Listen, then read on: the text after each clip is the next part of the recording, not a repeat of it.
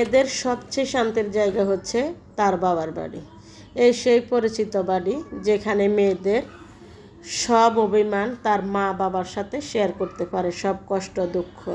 আসসালামু আলাইকুম। আজকে সকাল সকাল চলে যাচ্ছি আমি আমার বাবার বাড়িতে। তো দেখেন রেডি হয়ে চলে যাচ্ছি।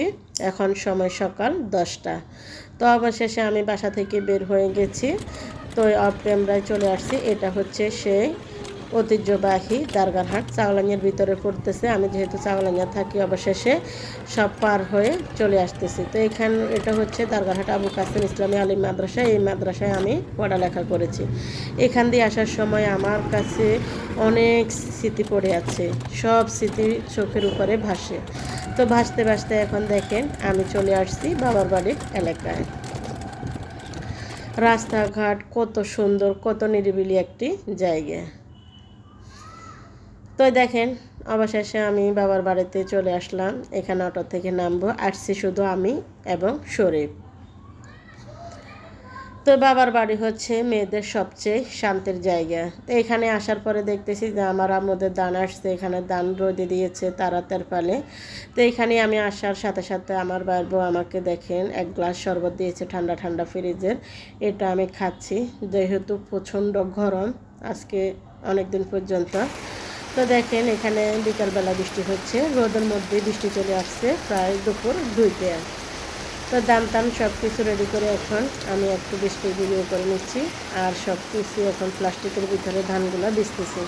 আসলে কিন্তু যারা চাষ করে তারাই বুঝতে পারে এই ধানের পিছনে কত কিছু।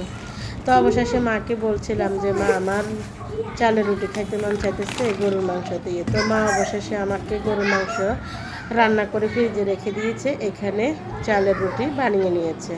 তো দেখেন আসার সময় আমার মা আমাকে কতগুলো চালের রুটি দিয়েছে আর গরুর মাংস দিয়েছে।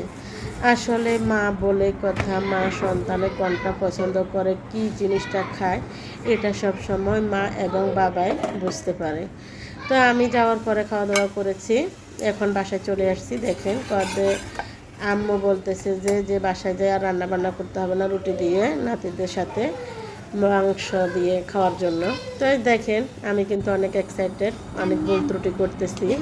তো এখানে রুটি গরম করে নিয়েছি, এখন ছেলে মেয়ে সবাই মিলে রুটি দিয়ে গরুর মাংস খাবে। এখন রাত প্রায় 10টা, এখন আমি খাচ্ছি।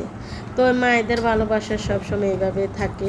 আসলে কিন্তু কখনো মা বাবার সাথে অভিমান করার পরও মা বাবা ছেলে সন্তানকে ভুলে থাকতে পারে না। তো দেখেন, তো সবাই ভালো থাকবেন, সুস্থ থাকবেন। আসসালামু আলাইকুম। আর এই ভিডিওতে যদি কোনো ভুল ত্রুটি হয় অবশ্যই ক্ষমা করে দেবেন।